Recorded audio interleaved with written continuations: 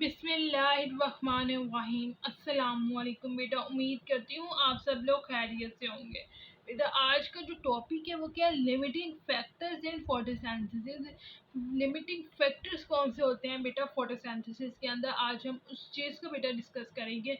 देखिए limiting factors होता क्या है हमारे इन्वायरमेंट के अंदर कि एब्सेंस और डिफिशियंसी और decrease the rate of metabolic reactions is called limiting factors for that reaction.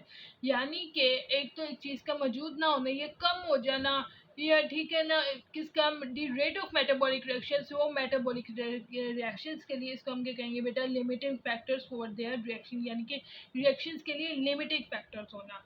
Factors कौन कौन से होते हैं? Light, water, carbon dioxide, intensity and temperature.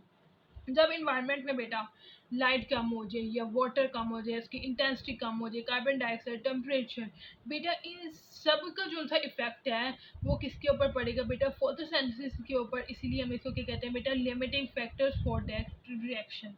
इस तरह, क्योंकि अगर इनमें से कोई भी बेटा चीज़ कम होती है, ठीक है ना, या मौजूद नहीं होती, तो वो इन्वायरमेंट के लिए बहुत ज़्यादा नुकसानदा होगा। अब पढ़ लेते हैं क्या होता है कि effect of light intensity and temperature. Light intensity और टेम्परेचर का क्या इफेक्ट पड़ेगा?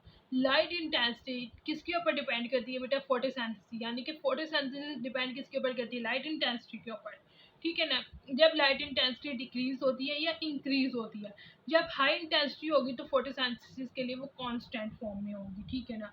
और जब डिक्रीज हो जाएगी तो बेटा वो नुकसानदा होती है। टेम्परेचर, टेम्परेचर डिक्रीज करता है, the rate of photosynthesis decrease. Temperature कम होगा तो फोटोसिंथेसिस भी ऑटोमेटिकली कम हो जाएगी। जब लाइट इंटेंसिटी लो होगी और टेम्परेचर इंक्रीज होगा तो ये फोटोसिंथेसिस का इन्फ्लुएंस रिएक्शन होगा, यानी कि इन्फ्लुएंस रेट होगा टेम्परेचर का फोटोसिंथेसिस के ऊपर, लाइट और इंटेंसिटी का। अब क्या डिस्कस करते हैं, effects of carbon dioxide concentration.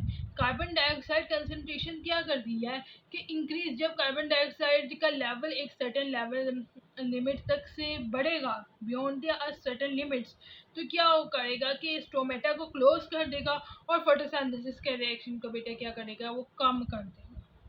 बेटा ये था टॉपिक आज हमारा, limiting factors in photosynthesis. Limiting factors यानी कि जो फैक्टर्स हमारे फोटोसिंथेसिस के ऊपर या हमारे इन्वायरमेंट के ऊपर इफेक्ट्स करते हैं। फर्स्ट क्या है, लाइट इंटेंसिटी एंड टेम्परेचर।